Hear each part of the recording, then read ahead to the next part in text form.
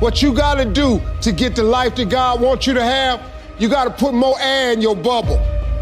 You got to blow your bubble up. Expand yourself. Take yourself out your comfort zone. Do not live in your bubble. Put some more air in your bubble. If you stay in your comfort zone, that's where you will fail.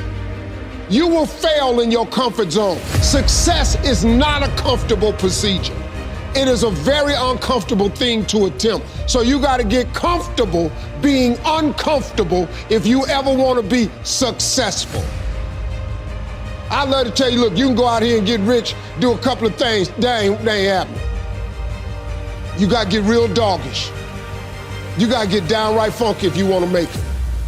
Now, like I was telling you before, if you want to be ordinary, you ain't even got to listen to me. Just go on about your business.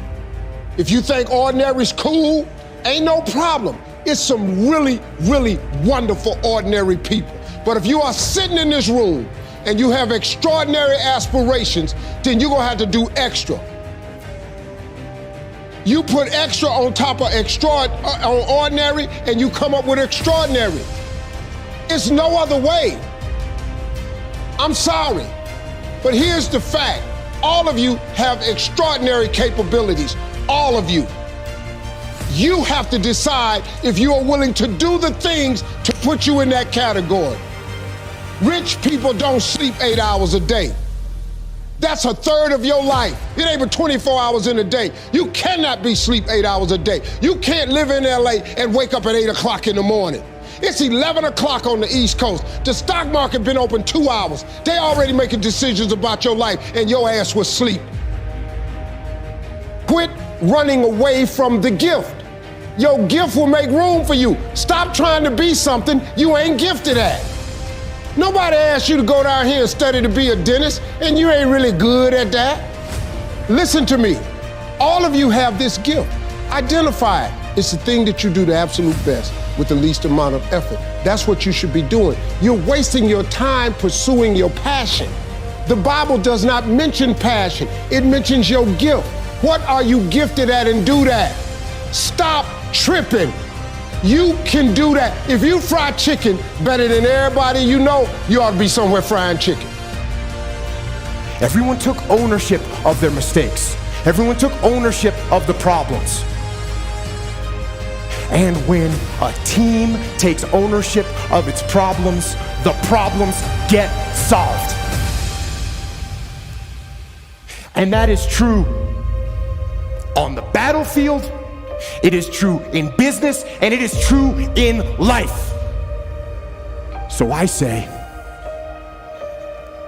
take ownership. Take extreme ownership. Don't make excuses. Don't blame any other person or any other thing. Get control of your ego. Don't hide your delicate pride from the truth. Take ownership of everything in your world, the good and the bad. Take ownership of your mistakes, take ownership of your shortfalls, take ownership of your problems, and then take ownership of the solutions that will get those problems solved. Take ownership of your mission. Take ownership of your job, of your team, of your future, and take ownership of your life. And lead. Lead yourself and your team and the people in your life. Lead them all to victory. How bad do you want your goal right now? Do you want it as bad as breathing? Do you want it as bad as anything you ever wanted in your life? And if you calibrate it at the highest enough levels, what I found is the people that are the hungriest, they find a way. When you know why you want something, when it's desperation, the power of being desperate is something that most people avoid. They think desperation is a weakness. And I'm here to tell you, desperation is one of the most powerful emotions you could possibly possess, because when you're desperate, you find reserves and reservoirs of ideas, talents, and a strength that you don't know you have when you find yourself in a desperate situation.